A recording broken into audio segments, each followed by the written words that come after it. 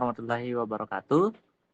Halo, kembali lagi dengan saya Ardiansyah dengan NIM 23040701037. Nah, dari kelas M233. Bagaimana kabarnya hari ini? Semoga kita semua dalam keadaan sehat walafiat. Nah, sekarang kita akan mempelajari mata pelajaran IPAS, yaitu tentang bentang alam di Indonesia. Bentang alam adalah segala sesuatu yang terdapat di permukaan bumi. Keberadaannya bisa dibuktikan dengan panca indera. Terbentuknya melalui proses alamiah merupakan anugerah dari Tuhan Yang Maha Esa. Bagi kehidupan manusia, bentang alam dapat disebut juga dengan kenampakan alam. Setiap daerah mempunyai kenampakan alam yang berbeda-beda. Ada yang datar, ada yang berbukit-bukit, ada daerah yang tertutupi, dan ada pula yang digenangi oleh air. Nah, pada dasarnya, kenampakan alam dibagi menjadi dua, yaitu kenampakan alam wilayah dataran dan kenampakan alam wilayah perairan. Nah, yang pertama yaitu kenampakan alam wilayah dataran. Nah, wilayah dataran adalah bagian dari permukaan bumi yang digenangi air dan berbentuk padat. Kenampakan alam yang termasuk wilayah dataran ini ada beberapa bagian. Nah, mari kita bahas satu persatu. Nah, kenampakan alam wilayah dataran yang pertama yaitu dataran rendah. Nah, dataran rendah adalah wilayah datar yang memiliki ketinggian 0 sampai 200 meter di atas permukaan laut. Nah, pada peta dataran rendah biasanya digambarkan dengan warna hijau. Dataran rendah banyak dimanfaatkan untuk pemukiman industri dan pertanian. Nah, yang kedua yaitu dataran tinggi. Dataran tinggi adalah wilayah daratan yang sangat luas yang terletak pada ketinggian di atas 200 meter dari permukaan laut.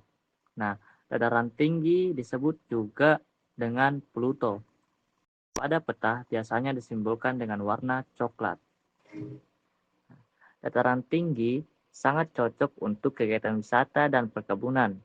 Nah, tanaman yang cocok untuk perkebunan antara lain cengkeh, teh, kopi, sayuran, dan buah-buahan. Yang ketiga adalah pantai. Pantai adalah wilayah perbatasan antara laut dan daratan. Pantai ini ada yang landai, ada juga yang terjal. Nah, pantai banyak dimanfaatkan sebagai tempat wisata. Contohnya Pantai Sengingi di Nusa Tenggara Barat, Pantai Kasih di Aceh, dan sebagainya. Oke, yang keempat adalah gunung.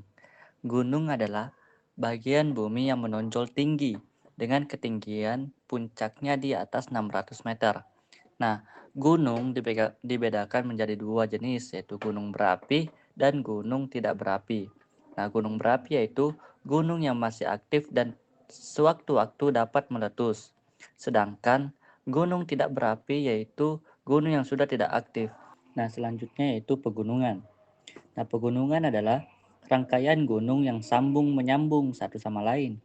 Nah, pegunungan sering dimanfaatkan untuk tempat wisata, selain karena udaranya sejuk, juga karena pemandangannya yang sangat indah. Nah, tadi kita sudah membahas kenampakan alam wilayah daratan. Nah, selanjutnya yaitu kenampakan alam wilayah perairan. Nah, wilayah perairan merupakan bagian dari permukaan bumi yang tergenangi air. Nah, kenampakan alam itu ada beberapa bagian juga. Selanjutnya kita mari bahas satu persatu. Nah, yang pertama itu sungai. Sungai adalah aliran air yang panjang yang berasal dari mata air dan bermuara atau berakhir di laut. Sungai banyak digunakan sebagai sarana transportasi dan perairan. Selanjutnya itu danau. Danau merupakan genangan air yang sangat luas dan dikelilingi oleh daratan. Kebanyakan danau ini adalah air tawar biasanya digunakan sebagai tempat rekreasi dan olahraga. Nah, selanjutnya yaitu laut.